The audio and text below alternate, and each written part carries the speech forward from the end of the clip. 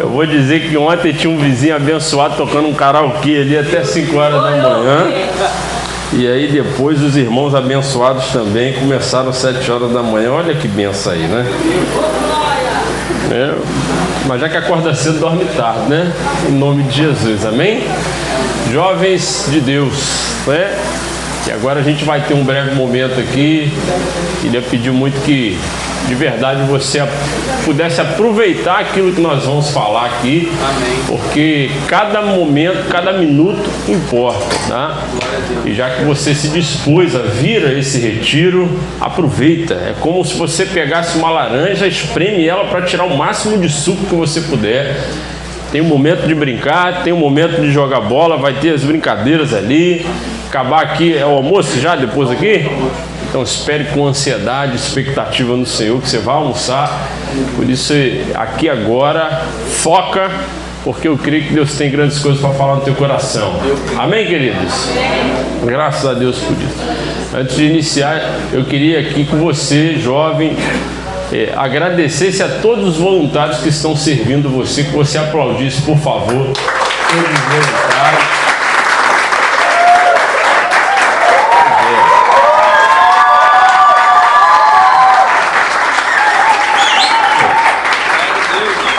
Agradece porque são eles que fazem a comida, né? Senão não vai ter comida. Eles fazem o café para nós, né? Chegam antes, trabalham durante e saem depois de todo mundo só para servir vocês, amém? Sejam gratos por isso. Pois é, e hoje nós vamos falar sobre flechas e sobre arqueiros. Quem trouxe a Bíblia aí? Amém. Então pega a sua Bíblia, por favor. Eu quero que você comece já abrindo no livro dos Salmos, capítulo 127, versículo 4. Por favor. Salmos, capítulo 127, versículo número 4. Eu vou lhe dar tempo. Eu gostaria muito que o jovem que não trouxe Bíblia, que fique do lado de alguém que trouxe. Não perca. 127, versículo 4. Todos me ouvem bem? Sim. Alguém não ouve? Não, né? Então tá bom. Salmos 127, versículo 4.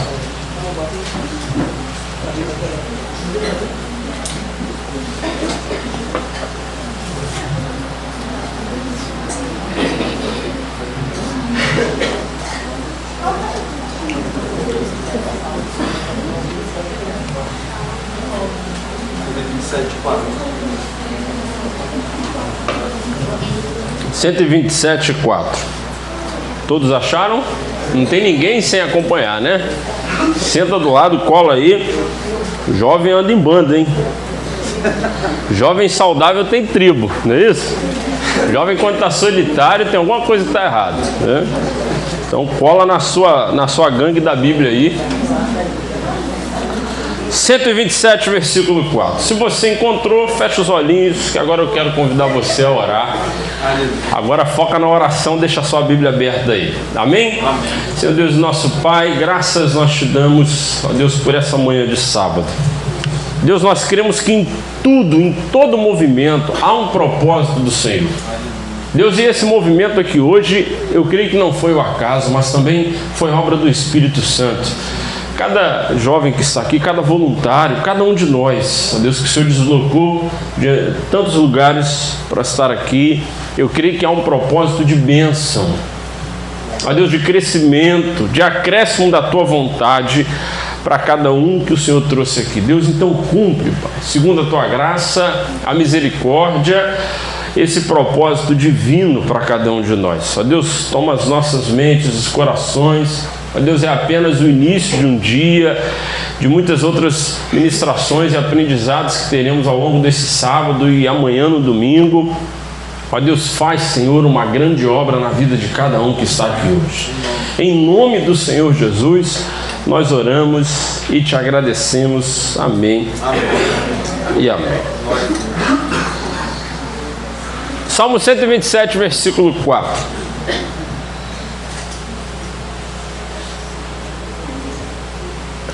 E diz assim: como flechas na mão de um homem poderoso, ou na mão de um soldado, de um guerreiro, depende muito da sua versão, né?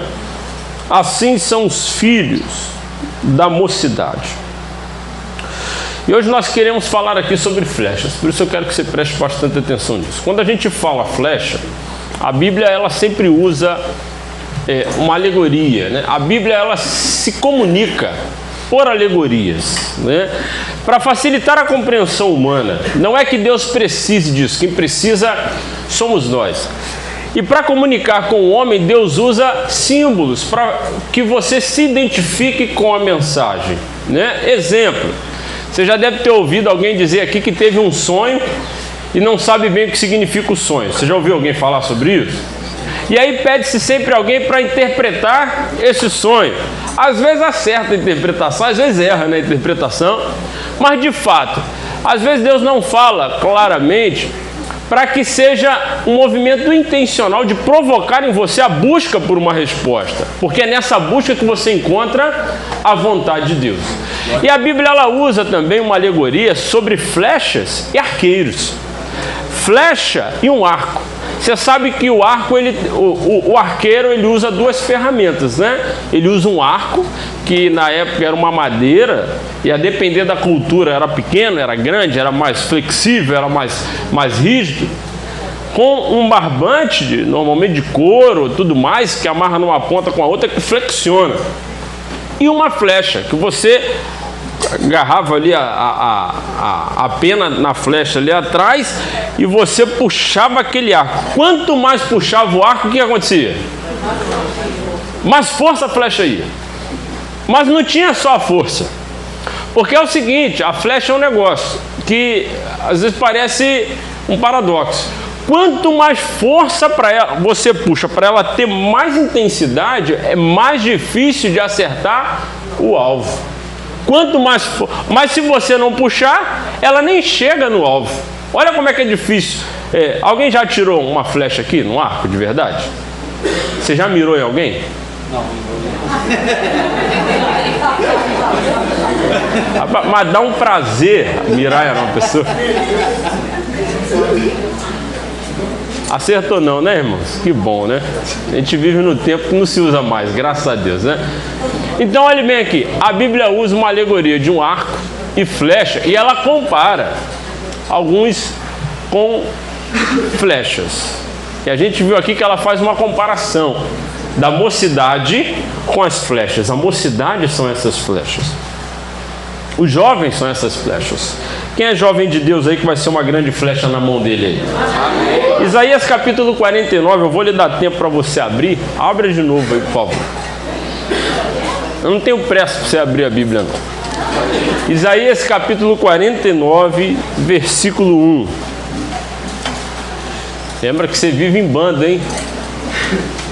Cola com alguém que tem a Bíblia.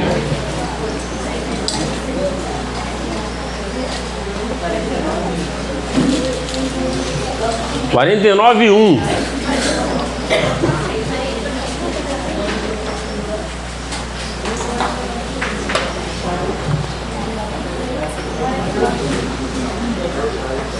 Isaías 49, versículo 1, que diz assim, preste bem atenção: ouvi-me, ilhas, e escutai vós, povos de longe. O Senhor me chamou desde o ventre, desde as entranhas da minha mãe, fez menção do meu nome, e fez a minha boca como uma espada aguda. Com a sombra da sua mão me cobriu, e me pôs como uma flecha limpa. Em algumas versões aí deve estar polida, né? E algumas mais preparada. E me escondeu na sua aljava. Presta atenção aqui, ô flechas. Olhe bem para cá. Você sabe o que é aljava? Não, né? Pois é. O arqueiro, a depender da sua cultura, ele tinha uma bolsa que ele guardava as flechas. O nome daquela bolsa é aljava. Entende? E às vezes ele colocava aqui na cintura, né? Porque ficava fácil de puxar. Às vezes ele colocava, normalmente no filme aqui atrás, né? Que fica bonitinho aqui atrás, né? Mas uma vez eu botei o negócio aqui atrás para fazer uma experiência. Você não consegue achar a flecha nem a pau aqui atrás, né? Eu acho que deveria ser realmente na cintura. E Deus está falando aqui que nada é obra do acaso. Preste bem atenção nisso. Ele está dizendo aqui que ele prepara as pessoas para um propósito ainda quando estão lá no ventre da mamãe. Ele diz que ele faz menção do nome antes de existir.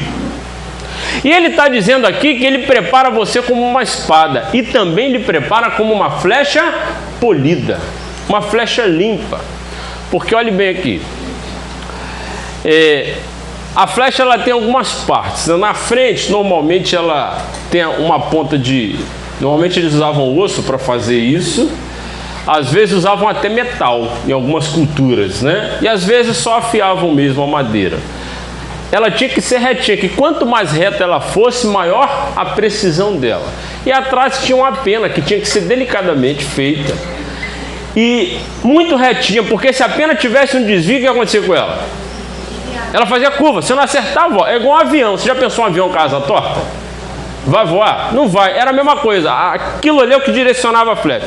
Só que tinha uma coisa, tinha que polir a flecha.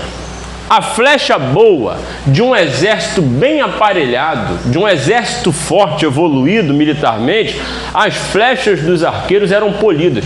Porque quanto mais cabelinhos, fiapinhos da madeira tivesse, mais lenta era a velocidade da flecha. Então a flecha ela tinha que ser polida. Eles limpavam ela, eles lixavam ela, ela ficava lisinha. Para ela ir com muita força e ela ir na direção certa. Deixa eu dizer uma coisa aqui para a sua vida. Deus está preparando você como essa flecha polida para Ele atirar você no alvo. E não vai ser de qualquer jeito, vai ser com muita intensidade em nome de Jesus. Olhe para esse bonitão e bonitona que está do seu lado e diga assim, ó, você é uma flecha que Deus quis criar você. Fala assim, foi intencional. Você não apareceu no mundo, não. Deus trouxe você à existência. Quando a gente fala assim, eu não sou só mais um entre 7 bilhões de pessoas no mundo. Não. Eu sou um que Deus olha e me chama pelo nome e me preparou para um propósito dele. Quem crê nisso em nome de Jesus? Então essa crise existencial não pode existir na cabeça do jovem de Deus. De que... O que faço por aqui, né? Você já viu aquele bichinho? Como é que chama aquela raposinha? Ó céus, ó vida. Eu não me lembro disso, mas é um desenho velho, né? Vocês lembram disso? Eu lembro. Não, vocês não viram esse desenho, né? Vocês lembram? Ó céus, ó vida, né? O que será de mim? Tudo. O jovem de Deus, ele tem convicção de que Deus o criou propositadamente. Você não veio a esse mundo porque você surgiu do nada. Não foi aleatória a sua criação. Deus fez menção de você antes de você nascer neste mundo. Deus preparou você como uma flecha polida. Deus te trouxe aqui hoje. Isso também não foi obra do acaso. Você crê que houve um propósito de você vir a esse retiro, nesse fim de semana? Então se prepara que Deus vai polir você em nome de Jesus. Amém? Deixa eu lhe dizer uma coisa aqui. 1 Timóteo capítulo 4, a gente vê no Novo Testamento, não vou dizer pela primeira vez, mas pega a sua Bíblia, por favor. 1 Timóteo capítulo 4, versículo 12. A gente vê no Novo Testamento conselhos para um jovem, do seu pai espiritual, do apóstolo Paulo. 1 Timóteo capítulo 4, versículo 12. E ele fala aqui dos desafios da mocidade.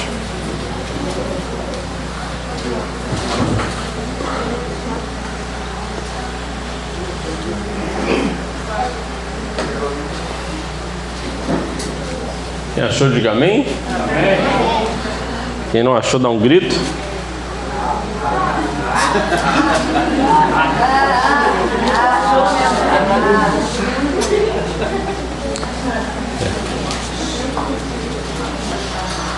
Primeiro Timóteo capítulo 4, versículo 12, que diz assim, olha bem, ninguém despreze a tua mocidade, mas seja o exemplo dos fiéis na palavra, no trato, no amor, no espírito, na fé, na pureza. Persiste em ler, em exortar e ensinar, até que eu vá. Não desprezes o dom que há em ti, o qual te foi dado por profecia, com imposição das mãos do ministério. Olhe bem aqui, queridos, deixa eu lhe dizer uma coisa.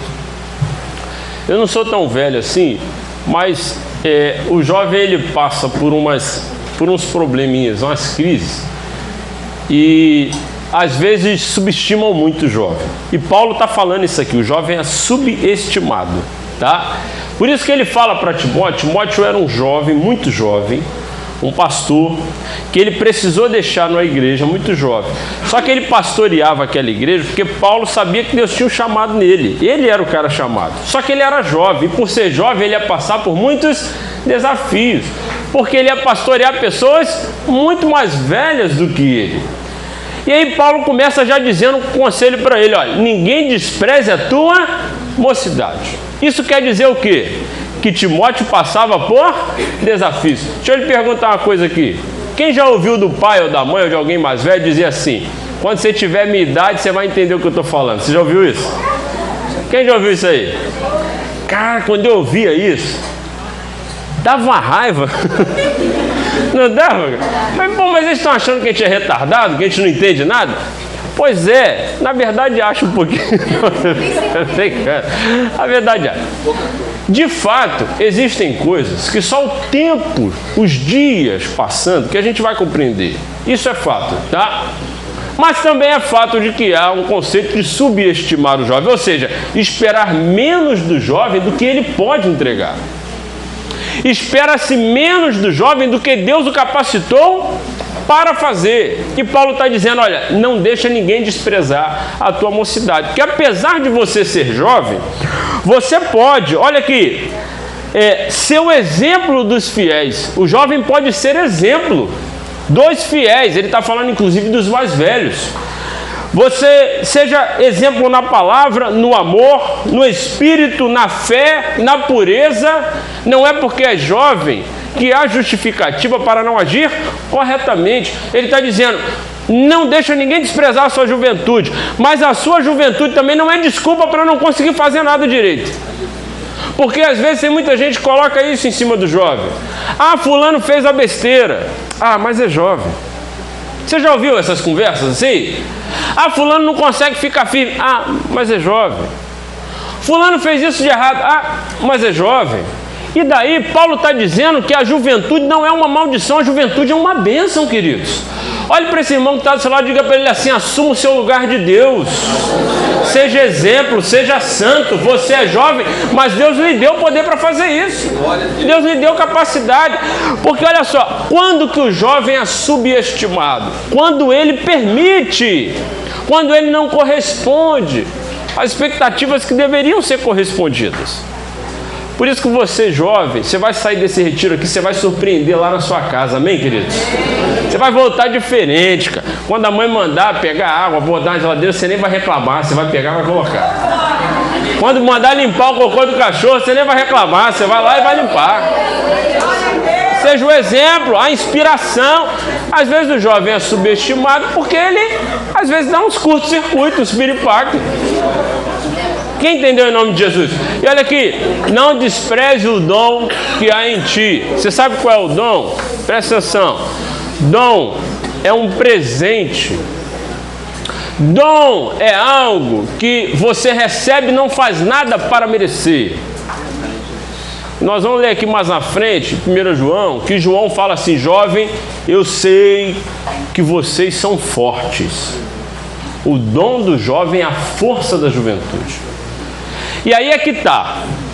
O jovem é essa flecha, que ele tem muita força para se lançar muito longe. Mas só tem uma coisa. Porque às vezes o jovem, ele tem tanta ansiedade, tanta intensidade, tanta força, tanta vontade de fazer, que ele se lança muito longe, mas ele vai na direção errada. A flecha não adianta só ir com força e intensidade, ela precisa acertar no alvo. E Deus vai te preparar para você acertar esse alvo do propósito dele na sua vida. A gente tem na Bíblia diversos testemunhos de bons jovens e que não colocaram na juventude uma desculpa para não conseguirem fazer coisas, não conseguirem crescer com Deus, crescer na vida. A gente tem Davi, a gente tem José, a gente tem Daniel, a gente tem Samuel, que foi escolhido na criança. E a gente tem no Novo Testamento os apóstolos. Eu quero aqui falar sobre os apóstolos de Jesus, tá? Entenda uma coisa, queridos. Os apóstolos de Jesus Cristo, as pessoas quando pensam apóstolos, né, vem na cabeça delas aquele cara velhinho, já todo barbudo, né? Tipo o Gandalf do Senhor dos Anéis, assim. É isso que vem na cabeça da gente. Só que deixa eu te falar uma coisa. A média da idade dos homens na época de Jesus Cristo, você sabe quanto era? 37 anos de idade. As pessoas morriam na média de 37 anos de idade. Hoje no Brasil quase está chegando a 80 anos a média de vida, né? Ou seja, as pessoas viviam metade do que vivem hoje, tá? Então naquela época, uma pessoa velha tinha um conceito diferente do velho de hoje. Hoje, né, as pessoas estão vivendo mais. E o que isso mostra para nós? De que a Bíblia diz que os apóstolos que Jesus escolheu para levarem o Evangelho para o mundo, eles não eram os velhos que vocês estão pensando. Eles eram jovens, iguais a vocês que estão aqui. Jovens. Quando Jesus é indagado sobre o imposto, você sabe o que Jesus faz? Jesus vira só para Pedro e fala assim: Pedro, vá lá, pega o peixinho, na boca do peixe vai ter a moeda, paga o meu imposto e paga o teu. Por que Jesus não falou dos outros apóstolos? Porque só se pagava imposto acima de 21 anos. Só ele e Pedro que eram tributáveis, o resto dos apóstolos tinham menos de 21 anos, provavelmente. Menos de 21 anos. Quem tem mais de 21 anos aí? Quem tem menos de 21 anos? Pois é, todo mundo aqui já pode ser apóstolo de Jesus nessa terra. Glória a Deus. Todo mundo já pode ser flecha que Deus vai usar poderosamente. Amém. E aí, olhe bem, a gente tem a prova disso, porque na crucificação de Jesus não podia entrar homens, só mulheres e crianças. Mas tem um apóstolo que ele entra lá, João, o apóstolo mais novo. Ele não só era jovem mesmo, novo, talvez até um adolescente, alguém saindo da adolescência, mas ele parecia uma criança. Ele entra e os soldados não se incomodam com ele, não era um homem formado. Isso quer dizer que não é porque é jovem, não é porque tem pouca idade, que você deve aceitar que não é a hora de cumprir o seu chamado com Deus. Eu creio que você está aqui hoje porque Deus está polindo você para alcançar você longe, num alvo poderoso. E Deus vai usar a sua intensidade, mas deixa Deus acertar esse alvo, queridos. Deixa Deus acertar. Quem está entendendo o nome de Jesus? Por que você não pode ser um pastor? Por que você não pode ser um pregador? Por que não pode ser você? Por que você não pode ser essa flecha? Deixa eu lhe falar uma coisa que o arqueiro ele precisa fazer. O arqueiro ele precisa fazer um movimento de puxar a flecha para trás. Ele faz um recuo, é uma espécie de, ao invés da flecha ir para frente, inicialmente ela vai para trás. Parece um movimento de retrocesso. E Deus faz exatamente assim na nossa vida. Entenda bem aqui. Deus faz exatamente assim na nossa vida. Às vezes, para poder Deus nos lançar mais longe, antes Ele precisa nos preparar. E a gente chama isso de processo. E eis aí uma coisa difícil que o jovem tem para lidar. O jovem não entende processos. E a gente vive hoje num mundo em que é um desafio você esperar os processos acontecerem, porque tudo acontece como? Ó, assim, é ou não é? Eu me lembro que na minha adolescência lançava um filme Jurassic Park. Aí a gente tinha que esperar, a gente via um cartaz em algum lugar, uma propaganda na Globo, porque só via Globo, né, na época, e a gente tinha que esperar o dia que ia lançar o filme num cinema. E aí tinha que ver onde tinha um cinema. E aí a gente ia lá e enfrentava a fila para comprar um ingresso. E aí depois a gente entrava e a cadeira era ruim, o som do cinema era ruim. Eu me lembro que filme dublado era uma coisa horrível, porque as salas de cinema, a acústica era ruim, você não entendia o que as pessoas falavam, né, direito. Tinha que esperar, não tinha jeito. O mundo era daquele jeito. Hoje você quer ver um filme, o que você faz? Você pega o seu celular, ou pega o seu tablet, ou bota lá na sua Smart TV, não é assim? Coloca no aplicativo que você quer, ou na Disney, ou Netflix, ou no... Como é que é o PirataNet? Não é? Como é que chama? Gatonet, né? Bota na Gatonet e você escolhe instantaneamente tudo que você quer. Antigamente, para se pagar uma conta, você recebia o boleto pelo correio. Você tinha que ir numa loteria ou enfrentar a fila de um caixa de banco. E esperava e não tinha jeito, era o único jeito de pagar. Hoje ninguém mais recebe o papel, paga o tempo todo tudo na transação, é só um aplicativo, em segundos você resolve tudo. O mundo está assim. Então isso faz com que nós nos acostumemos a não esperar, não nos prepara para processos. Só que isso não importa se o mundo mudou, tá? O processo se faz necessário para amadurecer no passado, agora, e vai continuar fazendo daqui para frente. Porque a experiência não se adquire com a tecnologia só, ela se adquire com o tempo que se passa. Com respeitar, paciência, isso nos ensina a diminuir a ansiedade. Por isso que hoje, eu confesso para vocês, quando eu vou pagar alguma coisa no Pix, eu não sei se com vocês dá essa sensação, cara. Mas eu vou pagar, aí a pessoa gera o QR Code, aí eu abro o aplicativo do celular, aí boto lá, aí fica um negocinho rodando assim. Cara, aquilo dá ansiedade, não dá? Eu assim, meu Deus, será que vai pagar? Será que vai pagar? Será que vai pagar? Toda vez paga, eu não sei porque eu fico com essa ansiedade naquele troço.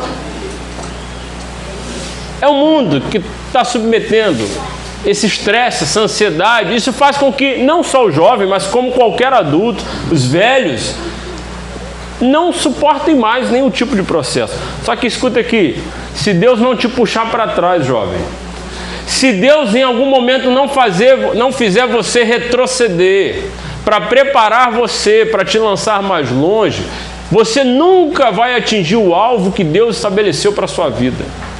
E por que, pastor, que Deus faz isso? Por que Deus puxa a gente para trás? Por que tem esse momento do processo? Por que às vezes Deus amassa, Deus abate, Deus faz passar por uma vergonha aqui, uma vergonha ali? Porque você não ouviria os conselhos de Deus de outra forma.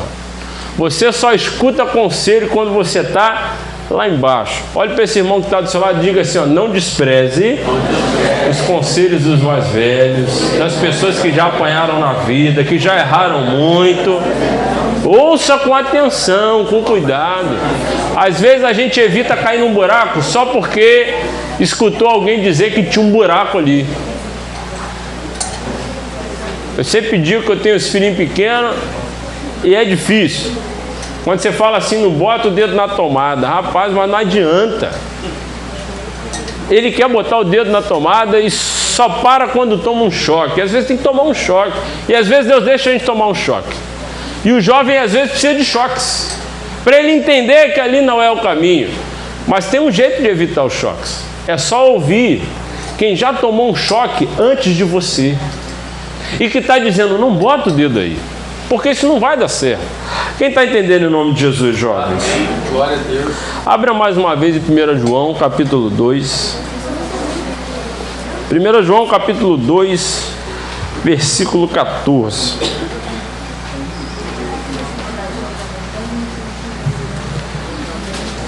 Vou lhe dar tempo. É lá quase no final da Bíblia, tá? Quase no final da Bíblia. 1 João, não é o Evangelho de João, tá? É a primeira carta de João, lá no final. 1 João, capítulo 2, versículo 14.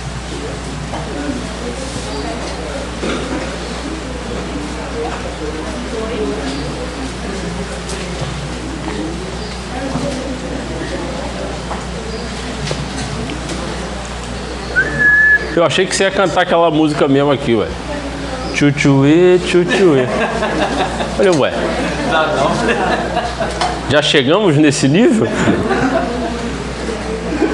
Nessa do tortinho, do braço, né? Do tortinho, olha o preconceito, meu Deus. Corta isso, que isso dá cancelamento.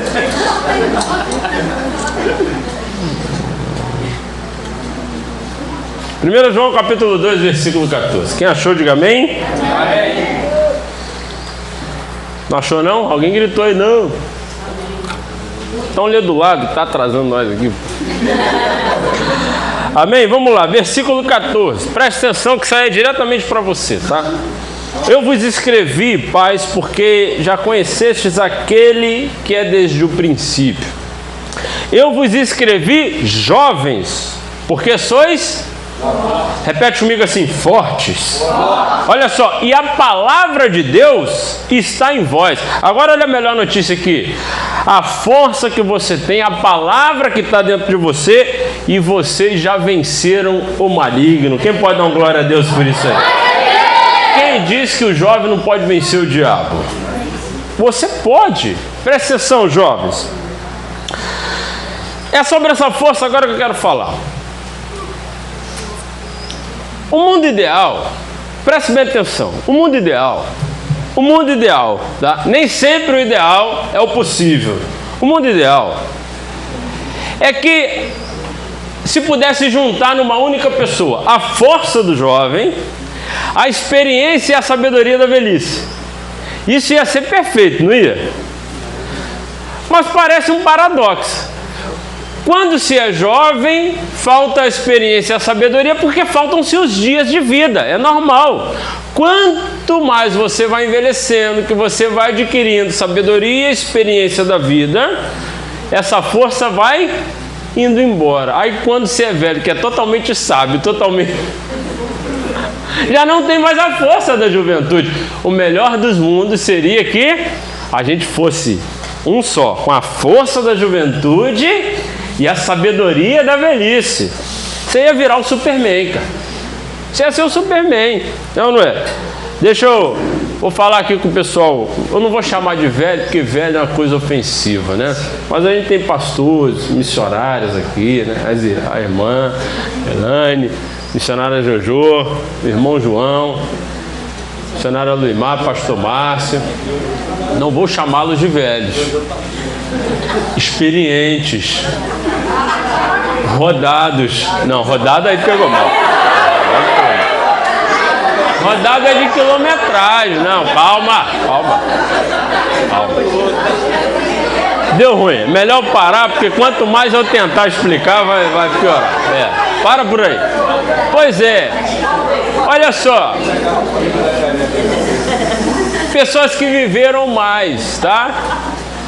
Irmã Jennifer. Os mais antigos. Os mais antigos, obrigado.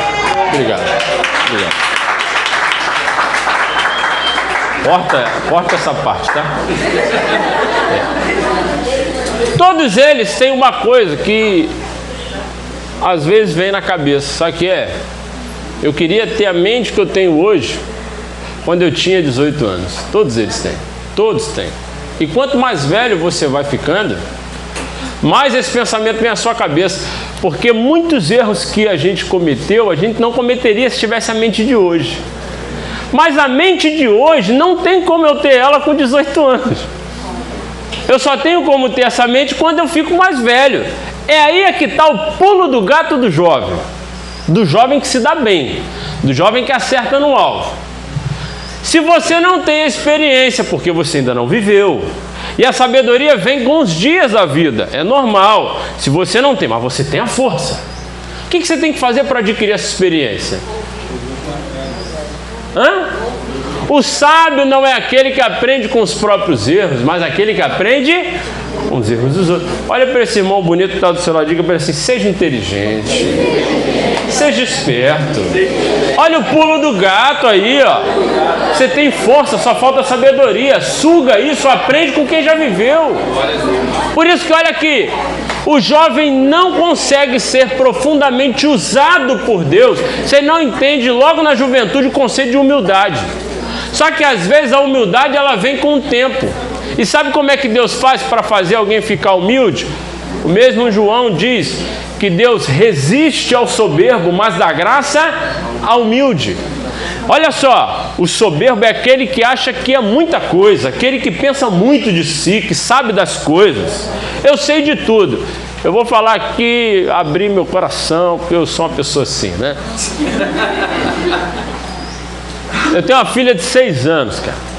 Tu acredita que ela já acha que sabe das coisas? 6 anos de idade.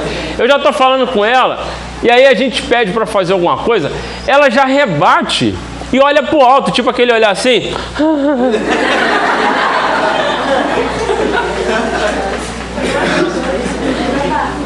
Cara, não dá vontade de...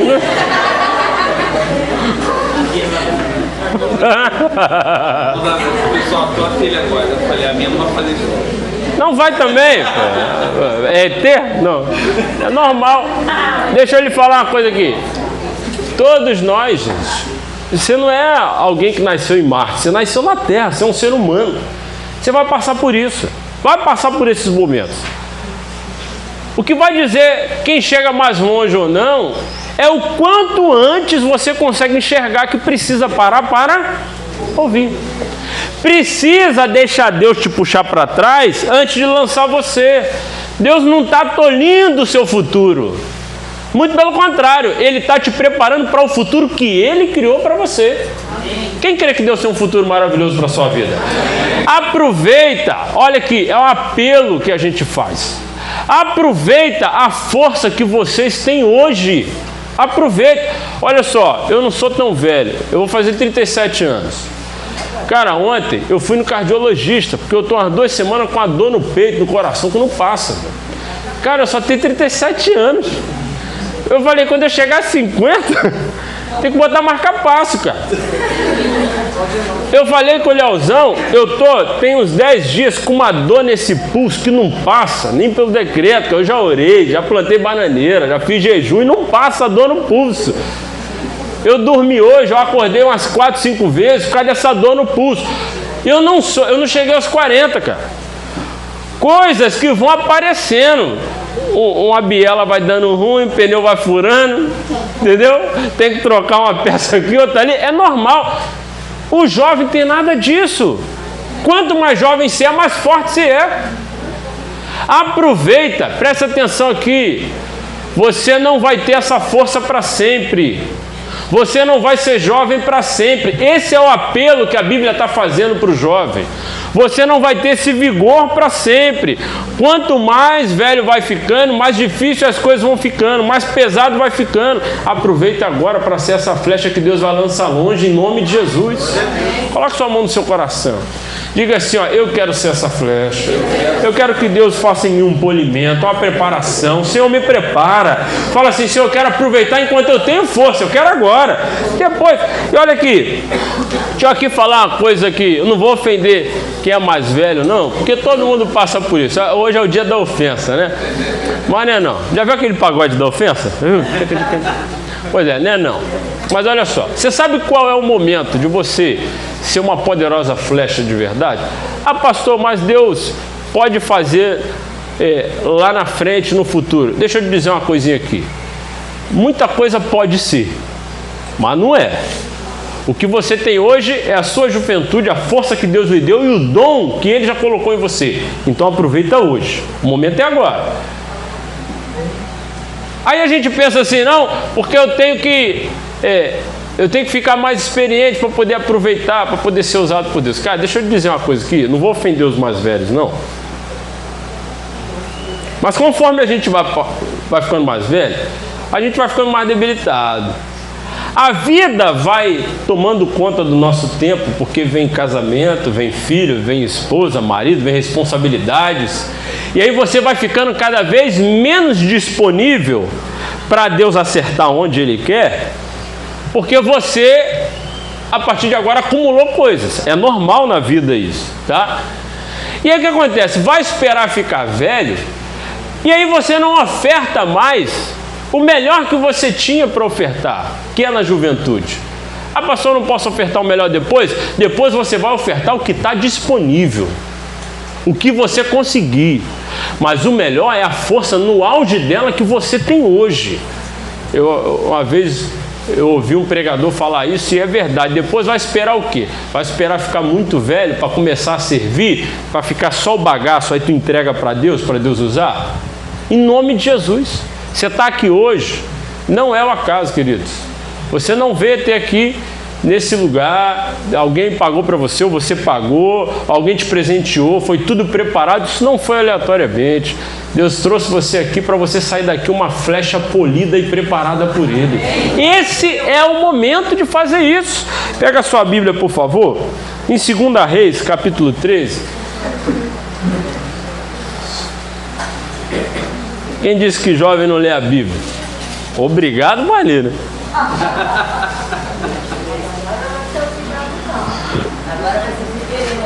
Paulo falou, não despreza a mocidade. Mas para isso também tu tem que ser exemplo. Lê, aprende. 2 Reis, capítulo 13. Deixa eu lhe contar uma história aqui.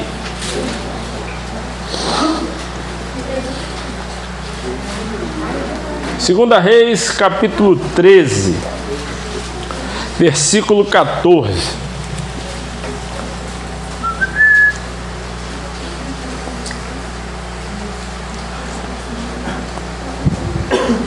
Quem achou? Dá uma glória a Deus? Amém. Que fala assim, ó. Profeta Eliseu. E Eliseu estava doente da enfermidade de que morreu. E Jeoás, rei de Israel, desceu a ele e chorou sobre o seu rosto e disse: meu pai, o carro de Israel e seus cavaleiros. O rei, isso aqui é um lamento, tá? O rei estava chorando porque o profeta estava doente e o próprio profeta havia dito que ia morrer, Deus ia levar ele. Versículo 15. E Eliseu lhe disse: toma um arco e flechas. E tomou um arco e flechas. Então disse ao rei de Israel: põe a tua mão sobre o arco. E pôs sobre ele a sua mão. E Eliseu pôs as suas mãos sobre as mãos do rei. E disse: abre a janela para o oriente. E abriu. Então disse Eliseu: atira. E atirou. E disse: a flecha do livramento do Senhor é a flecha do livramento contra os sírios, porque ferirás os sírios em Afeque até os consumir. Presta atenção aqui. O rei de Israel nesse momento estava muito preocupado, porque tinha um país vizinho, que era a Síria, que estava ameaçando Israel. Ele estava em constante guerra com esse país. E ele tinha uma garantia muito grande no profeta. Tá? A voz do profeta valia muito. E o rei estava muito desesperado, porque ele tinha fé que Deus falava com o povo, Deus dava vitória através do profeta. Só que o profeta estava doente, estava morrendo, e o profeta falou: ó, Deus vai me levar. O rei ficou desesperado. Meu Deus, Israel, os carros, seus cavaleiros, o que eu vou fazer da minha vida? Aí Eliseu já sabia a preocupação do rei, que era essa. Eliseu fala assim: pega um arco aí, pega uma flecha, abre uma janela aí para o oriente, vai lá, atira para fora, joga a flecha. Aí, pois é, essa é a flecha que Deus vai ferir os sírios diante de você. Aí o rei: poxa, que legal. Aí depois, no versículo 18, olha só: e disse mais: toma as flechas. E as tomou. Então disse ao rei de Israel: fere a terra, atira as flechas no chão. E feriu 3 vezes. Ele pegou 3 flechas e jogou no chão. O profeta disse quantas flechas era para jogar? Não. Mas ele, por iniciativa dele, achou que estava bom. Olha o 19. Então o homem de Deus, que era o profeta Eliseu, se indignou muito contra ele. Não falou que ele só ficou chateado, ele ficou muito chateado com ele. E disse: 5 ou 6 vezes deveria ter ferido. Então feririas os sírios até os consumir. Porém agora só 3 vezes ferirás os sírios. Sabe o que Deus estava fazendo ali? Era um ato de verdade profético. Deus estava falando para ele: pega, porque cada flecha dessa é uma vitória contra a Síria. Aí ele, com pouca fé, ele só atirou 3 vezes, desatento. O profeta falou: o que você fez, rapaz? Deus está dizendo que vai te dar quantas vitórias você quiser, cara. Tu tinha que atirar quantas flechas aí? 5, 6, 10, pegava tudo que estava na aljava e joga para fora. O profeta ficou chateado, perdeu a oportunidade. Sabe o que isso diz para nós? Urgência. Que tudo tem um tempo e o tempo sempre é o agora. A oportunidade de Deus é nesse momento para nós. Olhe bem para esse irmãozinho que está do seu lado, diga para ele assim, ó, não espera amanhã para ser uma flecha nas mãos de Deus. Fala assim, Deus está mandando você atirar agora. Se joga nas mãos de Deus agora. Hoje é o momento de você ser essa flecha polida. Amanhã, presta atenção, a oportunidade passou. Saia desse retiro como essa flecha poderosa nas mãos de Deus. Por que você não pode ser um pregador? Quem te falou que você não pode? Por que você não pode ser essa flecha no seu trabalho? Ser essa bênção? Acertar o alvo. Presta atenção aqui. Tem vários alvos da nossa vida que Deus quer acertar conosco, tá? Alvo do testemunho é o primeiro deles. Por que o jovem não pode acertar num bom testemunho? Não só pode, como deve. Por que o jovem não pode ser a flecha que Deus vai acertar a conversão de toda a sua casa?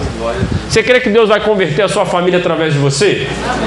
Começa na flecha. Deus está falando, é agora. Eu não quero fazer depois. Aproveita a oportunidade agora. Faz tudo que você pode agora. Sai atirando um monte de flecha por aí. Eu creio que você vai sair daqui com uma metralhadora nas mãos de Deus, amém? Em nome de Jesus. Olha só, oportunidade, não deixa ela passar. Agora eu quero, para encerrar, que você pegue a sua Bíblia, mas esse versículo final, eu quero que você grave ele, eu quero que você rabisque na sua Bíblia, que você dobre a página da sua Bíblia. 1 Coríntios capítulo 15, versículo 19. Pode dobrar, esse eu vou lhe dar tempo, porque eu quero que fique marcado. Dobra a pontinha, dobra a página inteira, pega a caneta rabisca, pega o como é que chama aquele negócio verde? Marca-texto, rabisca aí, pega, molha a página para você não esquecer lá. 1 Coríntios, capítulo 15, versículo 19.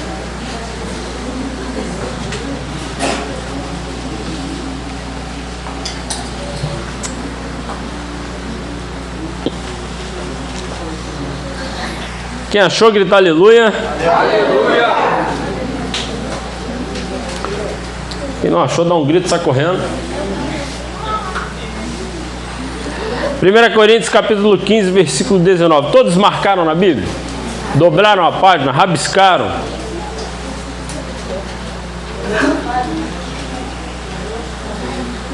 O apóstolo Paulo escreveu assim para nós: se esperamos em Cristo, somente nesta vida, somos os mais miseráveis de todos os homens. Presta atenção, o que isso tem a ver? Eu vou repetir, tá? O que isso tem a ver com o jovem? Se esperamos em Cristo, somente nesta vida, somos os mais miseráveis de todos os homens. Aqui está o alvo que nunca deve ser negligenciado. Presta atenção aqui para a gente encerrar, que eu quero que você de verdade grave isso. Deus pode usar você para acertar muitos alvos, mas tem o alvo que realmente importa. E ele está dizendo aqui que não podemos esperar a nossa relação com Deus, a nossa vida com Cristo, a nossa intimidade com Deus, sermos usados por Deus somente para coisas que importam neste mundo, nesta vida, coisas materiais. Mas ele está dizendo que se nós fizermos isso, seremos miseráveis, porque usaríamos o relacionamento, usaríamos o dom que Deus nos deu, usaríamos a força que nós temos somente para coisas que perecem, que são destruídas, que acabam com esta vida. Mas ele está falando, não espere em Cristo somente nesta vida, porque o Evangelho é o poder de Deus para a salvação de todo aquele que crê. Por que eu estou dizendo isso? Porque não se espera. Eu estou dizendo para vocês que os adultos não esperam essa mentalidade da juventude, tá? Ninguém espera o jovem pensando isso. Mas eu sempre protestei contra isso. Por que o jovem não pode ter a visão da eternidade? Se os apóstolos tinham, se Timóteo tinha, se os profetas mesmo na juventude tinham, por que o jovem não pode ter? Por que a gente julga essa incapacidade do jovem? Presta atenção na coisa, queridos. Deus tem muitos alvos para te usar neste mundo ainda. Deus quer acertar muita coisa com você, mas a principal é a salvação da alma, que Ele não vai deixar você errar esse alvo. Ele não vai deixar. Olhe bem aqui, você é jovem. Jovens, um apelo: surpreendam o mundo, surpreendam a igreja. Quando a gente fala assim, como é que o jovem pode surpreender a igreja? Dê à igreja uma expectativa acima do que ela está esperando da juventude. A gente ouve falar, mas o jovem é assim mesmo. O jovem é volátil, o jovem hoje quer, amanhã não quer. Muda isso, corresponde a uma expectativa maior. Olhe para esse irmãozinho que está do seu lado. Diga para ele assim, olha, acerta a eternidade, querido. Surpreende a igreja, surpreende o mundo, surpreende quem está duvidando da juventude. Por favor, faça isso. Quem entendeu toda a mensagem aqui em nome de Jesus? Agora eu quero que você, por favor, levante do seu lugar. Levanta do seu lugar. As flechas vão ficar de pé aqui agora. As flechas vão ficar de pé aqui agora. Você sabe qual é a maravilha do Evangelho e do poder de Deus? É que as flechas não são iguais, cara.